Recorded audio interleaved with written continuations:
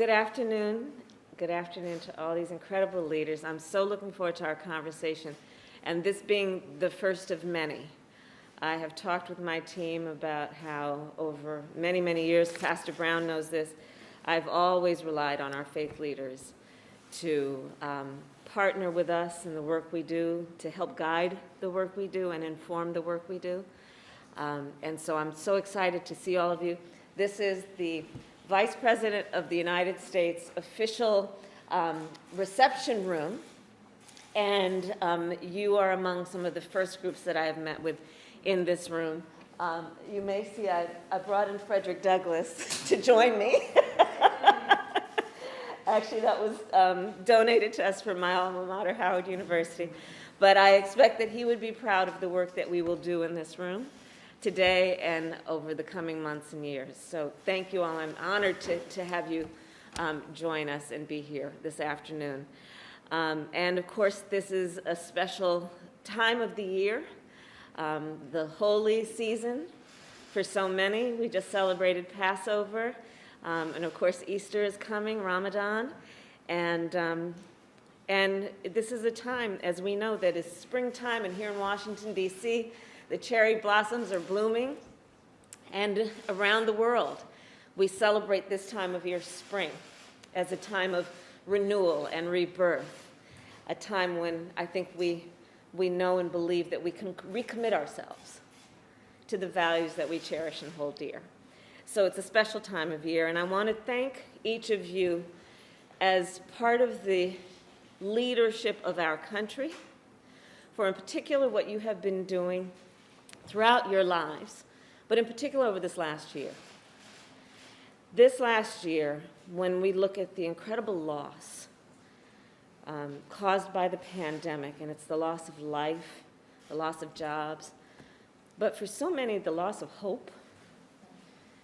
These have been such difficult times, dark times, where I think many, and sometimes even including myself, that have challenged our faith, our belief in what is possible, our question about why is this happening.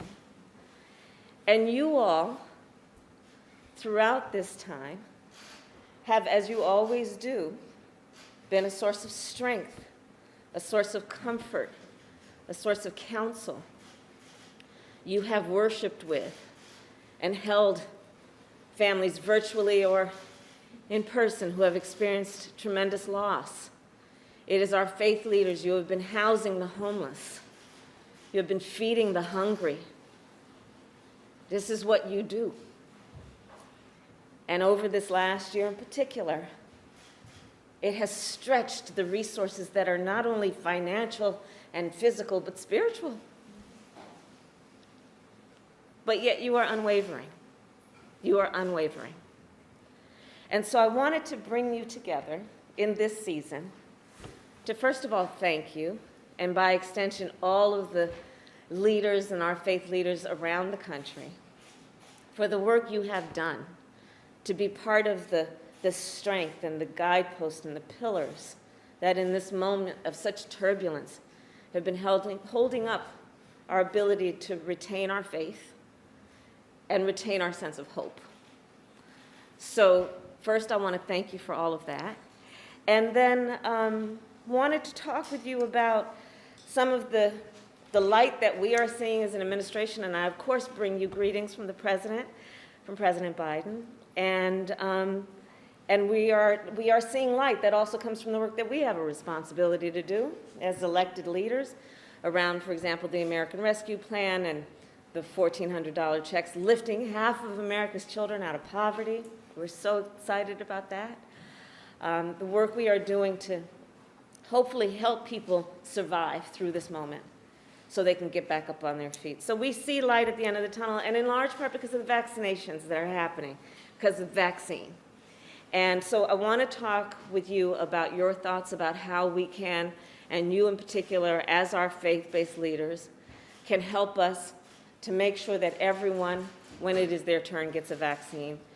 And that is one of the first areas that I'd like to discuss with you, but also on my mind today, or what we need to do and collectively what we can do, informed by you, around what we're seeing around hate crime in America. What we are seeing around people turning on each other, treating their fellow human being as the other. And what we have the ability to do to see this moment of crisis in that regard as also an opportunity for coalition building. So that's on my mind. I'm doing work on the Northern Triangle. Part of the reason I was a bit delayed for this meeting is I was just meeting with our Secretary of State. And I know that a lot of you are working on this issue in many ways, but to the extent that you have thoughts and experience about what we can do to address some of the root causes that cause people to flee their home, because as we all know, most people like being at home. They like being where they grew up. They like being in a place where they understand the culture. It is part of their culture. They speak the language. So we have to ask, why do people leave that? And usually they leave because there is a lack of opportunity or it is just not safe.